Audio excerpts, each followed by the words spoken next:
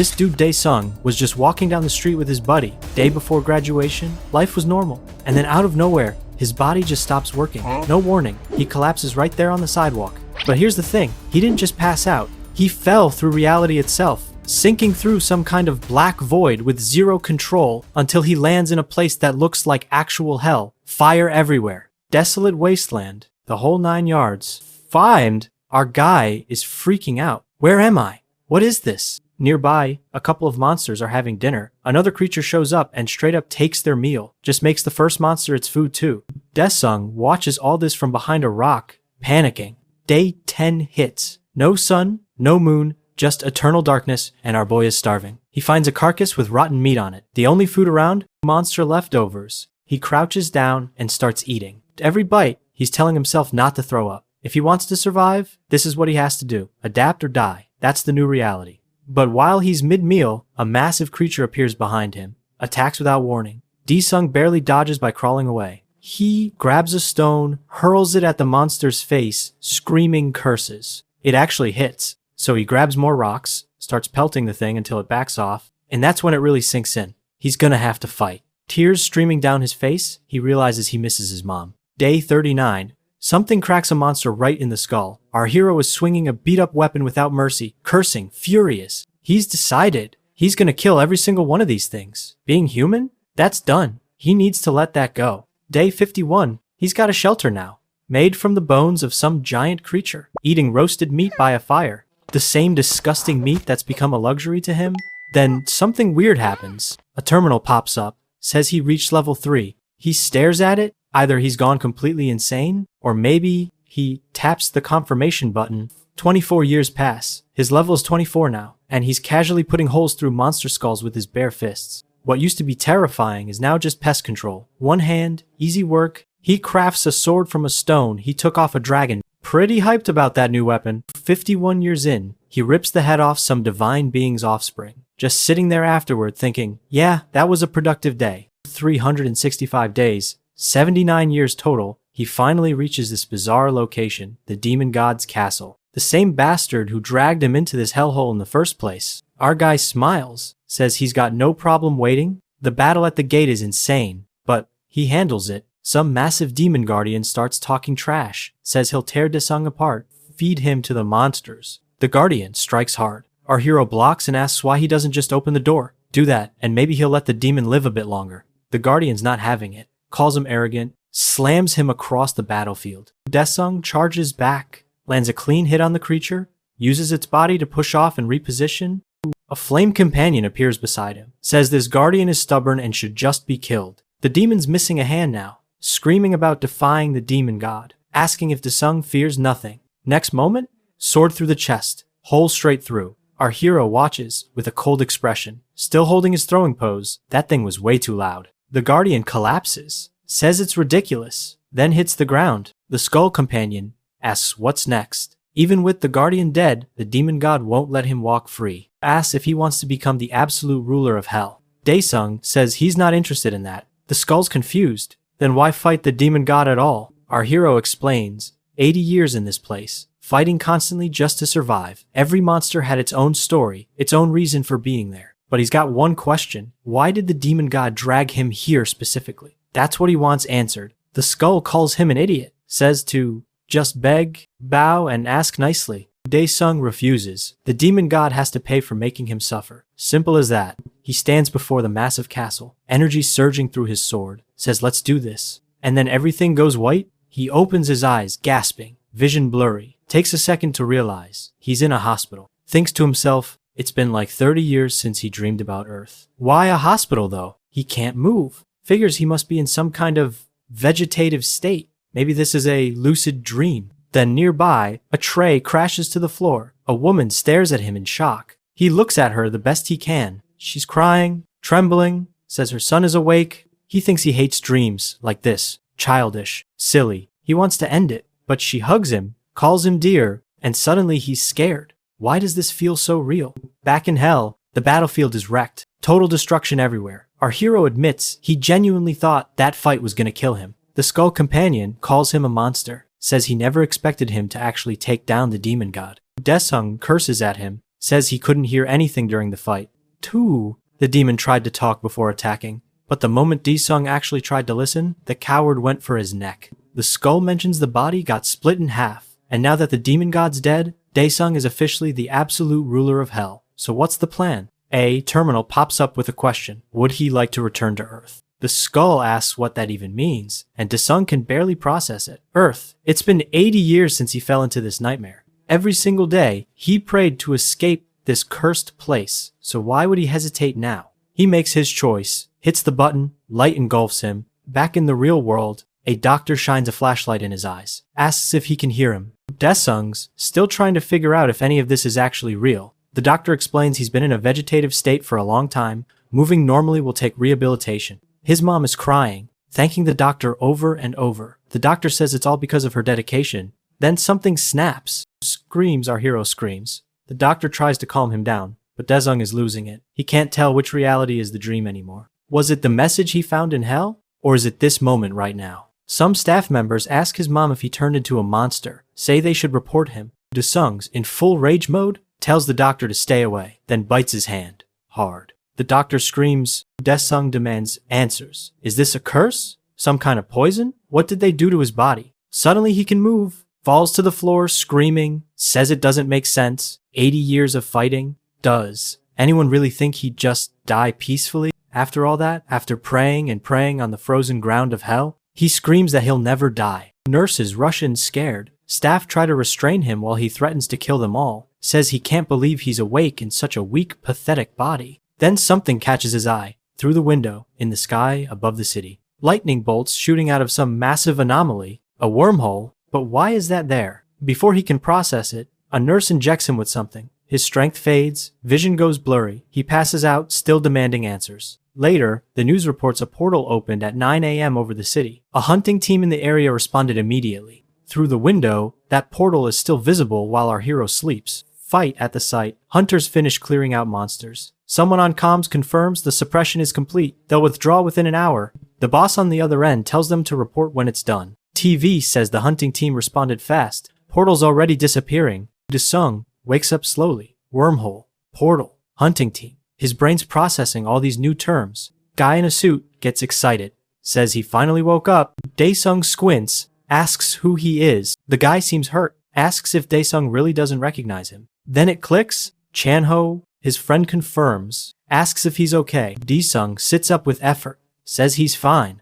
Chanho explains he's been unconscious for 10 years. Since the day he collapsed. 10 years. But in hell, it was 80. Our hero says that's a relief. Chanho doesn't understand what he means, but Desung brushes it off. His friend tells him his mom worked 2 jobs the whole time to cover hospital bills, but now he should focus on recovering. They'll find him work eventually. Desung just nods. No emotion. Sometime later, his mom is pushing him in a wheelchair, says, the weather's nice today. He thinks about how in hell he had no family, no responsibilities, just survival. But here, in this body, he can barely move. He's nothing but a burden. Reality is just as brutal as hell. Then 2 rough-looking guys show up, loan sharks. They're calling for his mom, asking why she's been dodging them. Say if someone stays underwater too long, they drowned. She apologizes frantically. Promises next month. The guy mocks her, says she's said that before. Grabs her arm, asks if she thinks they're nice just because they talk politely. She begs them not to do this in front of her son. The man laughs, says she's crying, getting embarrassed in front of her kid, adds that she needs to be beaten to listen. Then punches her in the face. Desung's fury ignites, calls them insects. One guy asks what he said, the other confirms. He called them insects. Desung doubles down, says they're worse than insects. His mom panics, tells him to stop. He doesn't know what he's saying. The guy grabs his shirt, tells him to keep running his mouth. She's begging through tears, says her son is just a patient. He doesn't know anything. Please let him go. The thug says he doesn't care what the kid knows. All the money went to keeping this bastard alive anyway. Desung asks what they're gonna do about it. Calls them insects again. The guy asks if his brain is working. Says his sense of reality is broken. Asks who the real insect is here. The worm who won't shut up. He slams Desung to the floor. Says insects should be crushed. Our hero tries to defend himself in his broken body. The thug kicks him. Tells him to say it again. Desung's thinking if only he had his real body, these guys would be torn apart. Then a terminal appears. Initial mission arrived. Accept or decline. No reward if refused. He's shocked. An arrival mission? Getting beaten on the ground, he struggles to reach the button. Just a bit more. He accepts. Suddenly everyone freezes. Time itself stopped. The terminal explains, recover your body. Reach the designated location within 1 hour. Reward is a restorative elixir and jade body. He sees a glowing red arrow in the distance. If he gets there, he can return to normal, but he has to crawl. Every movement is agony. The conqueror of hell reduced to whimpering on the ground. Pathetic. But the system doesn't give impossible missions. If it says go there, there's a way. Then it hits him. He doesn't have to walk. He just has to get there somehow. He grabs onto the wheelchair. 5 minutes left. Pulls himself up with everything he has. 35 seconds. Throws himself into the seat. 15 seconds. Starts moving. 9 seconds. 6. 2. He crosses the red marker with 1 second remaining. The elixir appears. Terminal says it'll restore a portion of his status as absolute ruler.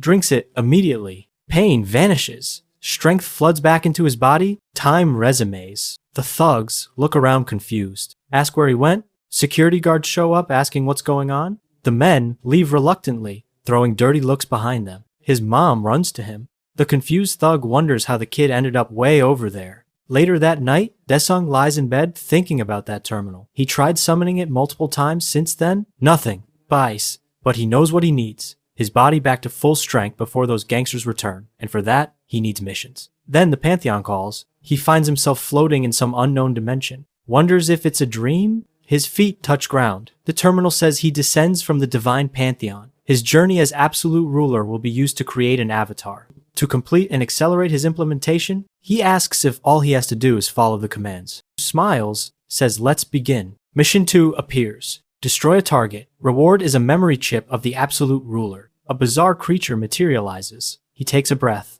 Eyes glow. Charges in and lands a devastating punch. Mission 3. Run 10 kilometers to continue body recovery. He runs, pushes harder and harder, gets faster. Mission 5, 1,000 push-ups for another nutritional tonic. He does them all. Terminal shows implementation at 55%. He's annoyed. 10 days of this and only 55%? And the rewards are always the same boring tonics? He says he wants a real mission. The terminal beeps differently. Mission 10, practice like real life. Defeat a target. Reward is still a tonic. He asks if the target is a screaming demon. Lightning crashes. A massive energy beam hits the ground. A demonic creature emerges from a portal. Remembers this one. Almost killed him in hell. Says it's good to see him again. The creature roars and lunges. Strikes hard. Desung defends, but thinks if he keeps taking hits like this, his bones will turn to dust. He leaps forward to attack, but the monster's faster. Slams him out of the air. Curses, getting wrecked by a screaming demon.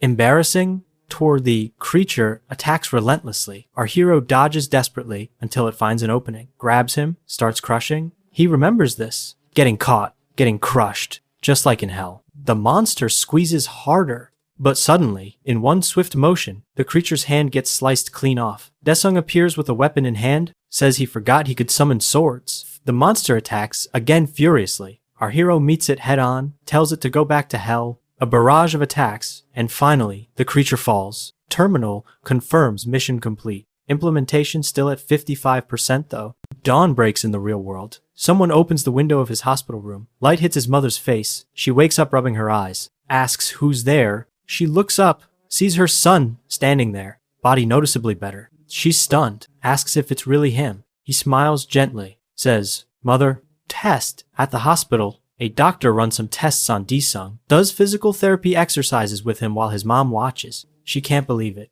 Just last checkup, they said rehabilitation would take over 6 months. How is he moving normally after only 15 days? The doctor admits he has no explanation. The patient's condition defies all medical logic. His mom gets worried. Asks if there's any chance her son might have that thing. The condition that affects awakened people. The doctor says his symptoms don't match the usual cases. She shouldn't worry about that. She thanks God. Desung gets annoyed when the doctor keeps poking at him. The guy apologizes awkwardly, says he's just shocked by the impossible recovery. His mom says it's a miracle. Our hero thinks to himself that his body feels way more comfortable now. No issues walking or moving, but he still needs to get back to his original strength as fast as possible. At the reception desk, his mom thanks the nurse. The woman says it's nothing compared to what his mother endured for 10 years. She went through so much. His mom starts crying. Says it really is like a miracle. Watching this, Desung feels the weight of it. He can't imagine how hard those years must have been for her. He makes a silent promise. He'll protect her. Later, in the hospital bathroom,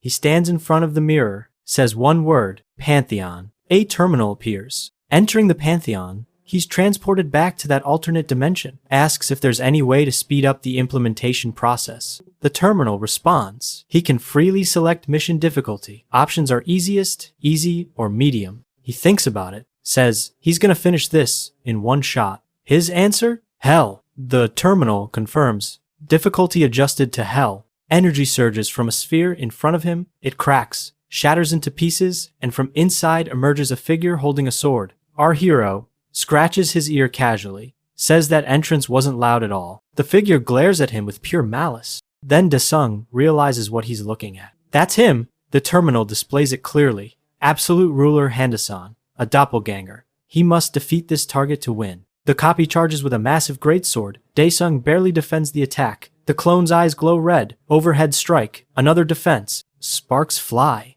forcing him to shield his face. He's getting angry now. The enemy doesn't let up. Attack after attack. Our hero scrambles to block everything, but one blow gets through, leaves him wounded. He's frustrated. Can't match the copy's speed and power. The longer this drags on, the worse it gets for him. The doppelganger prepares a palm strike, lands a devastating hit. Smoke everywhere. Desung crouches there, using his sword stuck in the ground just to stay upright, coughing, covered in injuries. He mutters that the fake is more authentic than the original. Can't exactly be happy about that. His eyes turn red. Says this ends now. Activates a power called naturalization. Energy wraps around his body. A blinding flash erupts. The copy charges again, swings down hard, but the blade slices through nothing. An illusion. The clone spins around looking for him, but a hand materializes right where the illusion was. Desung grabs the copy's face, asks which direction he was looking, slams his head into the ground, pins him there, grabs his greatsword, prepares to deliver the killing blow. Copy raises his arm to block. The weapon misses his neck by a hair. He dodges just enough. A black blur shoots past. The doppelganger used the opening to reposition. He smiles wickedly. Activates the same naturalization power. Black waves emanate from him. Desung's shocked. The copy can use it too. Both charge. Exchange blows. Complete stalemate. Desung's getting irritated. Tells his other self to stop being such a pain. The fight continues. Then suddenly, something distracts our hero. He looks up for just a second. Big mistake. The copy strikes him in the back. Desung can't believe it. The blade drags upward while still embedded. Opens a massive wound. Cold sweat. He's in serious trouble. Next moment, he's back in the hospital bathroom. Exhausted. Shaking. Can barely move. Someone knocks on the door. A janitor asks why it's locked. Reaches for her keys. Our hero can't even make a sound. The woman inserts the key. About to unlock it. Back in the fight. Desung's on his knees holding his injury. Knows if he loses here, everything he's worked for is gone. He needs a way to beat himself. His hell self. Then an idea hits him. The inventory. In the hospital, someone calls out to the janitor. Says she's needed on the 3rd floor. The woman stops. Says she forgot. Grabs her supplies and leaves. Our hero got lucky. He's safe for now. Back to the battle. He's aware how screwed he is. But he's got a plan now. Terminal confirms inventory is active. A blue portal opens beside him. He reaches in. His opponent drags his sword across the ground, ready to attack. Desung tells him to wait. Smiles. Says this fight isn't over. Pulls out a nutrition tonic from storage. It restores 20% of health and stamina. If he drinks 5, he's back in the game. The copy doesn't feel like waiting. Attacks while he's drinking. Desung dodges at the last second. Counters with a punch to the face. Sends the clone flying back. Checks his status. Ready now. He reaches into the inventory again, grabs a bunch of vials at once, starts chugging them back to back. The opponent kicks at him. He dodges while still drinking. 3rd one down. The clone attacks again. This time Desung has to block with his weapon. 4th, 5th, he's recovered, but the enemy is relentless. Suddenly the doppelganger makes a different move. Grabs Desung by the throat, holds him there with a sadistic grin, goes for a fatal strike. Desung calls the inventory. A sword pierces through the clone's stomach. From inside the portal, the copy doesn't understand. Looks down, sees the blade entering through the inventory hole. While defending with the portal, our hero landed the killing blow. The doppelganger falls. Desung summons the inventory again. Says he's glad that actually worked. The damn mission is finally over. Terminal confirms. Body restored to original state. Jade body at 100%. Hell system now accessible in this world. Energy swirls around him. He's happy to have his strength back, but the scars covering his body remind him of everything he endured. Tells the system to let him out. Terminal says he has unread messages. Asks if he wants to view them. He opens them. Hell welcomes its new monarch. But while he was gone, the Celestials sealed the place with the Stone of Earth. Demons, captured by the Celestial Pantheon, are waiting for their absolute ruler to save them. He stares at this, asks if they're seriously requesting help, smiles, says he fought for 80 years just to survive those guys. And because of that, he became the monarch. Then he flips him off, tells them all to screw themselves. That place can rot. Shouts at the system to let him out. Somewhere else, thousands of demons stare at an energy sphere. Waiting, back at the hospital, Desung is doing push-ups in his room, counting 50. The door opens. Doctor and his mom walk in. Both freeze at what they see. The doctor says her son appears to be an awakened one. His mom mentions that last time he seemed different from other awakened people. The doctor explains there were no signs before. But there's no other explanation now. He's awakened. She asks how this could happen to her son. Doctor says that's all he can help with. Suggests she visit the association for more answers. She thanks him for everything. Desung notices them at the door. Later, they're driving through the city. Our hero thinks about this awakening thing. The association, he pretended not to notice because he was focused on missions. But something's off. His mom is hiding something. He looks out the window. Parts of the city are in ruins. Destroyed buildings, damage everywhere. What the hell happened to Earth during those 10 years? They arrive somewhere. His mom tells him to wait inside. She'll be right back. He agrees. Inside the place, someone is taking money from a drawer. Desung walks in and sees a girl crouched there. He stares at her seriously, asks who she is. The girl freezes, stares back, speechless. His mom suddenly appears, says he needs to eat, asks what he wants. Then she notices the girl, asks where she's been, says she didn't answer her phone, has no idea how worried she was. Desung's surprised. That name. He notices the empty drawer behind her. His mom asks in disbelief if she did it again. The girl shoves her hands in her pockets, tries to hide it, walks away without making eye contact. It hits him. Doesn't matter how many years passed. He remembers her calling him big brother. How did he not recognize his own little sister? She mutters that he looks healthy, says every day was hell for them, just walks right past him. 2. He stands there processing. His mom asks where she's going again. Then, from outside, someone yells, tells them to open the door, says if they don't open in 3 seconds, they're coming in anyway. Desung looks toward the noise. His mom panics, kicking at the gate, shouting to open up. Outside, in that quiet residential neighborhood, 2 thugs are kicking the gate, screaming for those bastards to open up. Yelling that she really thought she could just leave without a word and they wouldn't track her down. His mom is desperate, begs her daughter to come to her. The men keep kicking, say they know she's inside, order her to open up. One asks if this is the right house. The other confirms, says that woman thinks she can hide again, asks if they should just break the door down. But then the sister walks out, stares at the men with a cold expression, says they're making way too much noise, turns around and keeps walking, leaves them completely confused. The older guy asks who she is. The other says she's the daughter of the family. With the gate now open, they stroll inside. Ask if the mom is home. One of them looks pleased with what he sees. She apologizes, says she couldn't contact them because her son got discharged from the hospital today. Holds out her wallet, says this is all she has right now. The wallet goes flying. Money scatters everywhere. The man curses at her, asks if she thinks they came all this way for such a pathetic amount, hits her, throws her to the ground. She falls, dazed. Desung sees this. Fury ignites. Meanwhile, the other thug approaches and finds his partner sprawled at his feet. Kneels down confused, asks what happened to him. The beaten guy can barely move, just points forward. The other one looks up, sees our hero standing there, asks who the hell he is. Desung says he's been wanting to meet these 2, and they came right to his doorstep. The man's confused, then gets angry, asks if he's that useless kid who couldn't even walk, says he's not worth the money his mom spent keeping him alive. Walks toward him. Desung asks if he knows how he survived in hell. The guy scoffs, calls it nonsense. Our hero grabs him by the face, explains that whenever someone does something to him, he pays it back 10 times over, hundreds of times. Punches him in the face, says definitely, keeps punching, doesn't stop. The guy collapses. Desung tells him to get up, says they've got a long way to go, but the man's already down, badly injured. The other thug spots a wooden chair nearby, gets an idea, grabs it, calls Desung a fool, charges at him, asking if he's lost his mind. Without hesitation, our hero punches straight through the chair, sends the guy flying into the gate. Then the first man pulls a knife from his waist, calls him an arrogant brat, says he's gonna cut him up, charges forward waving the blade. Desung grabs his wrist effortlessly, asks if that's the arm. The guy screams to let go. Desung asks again, was that the arm that hit his mother?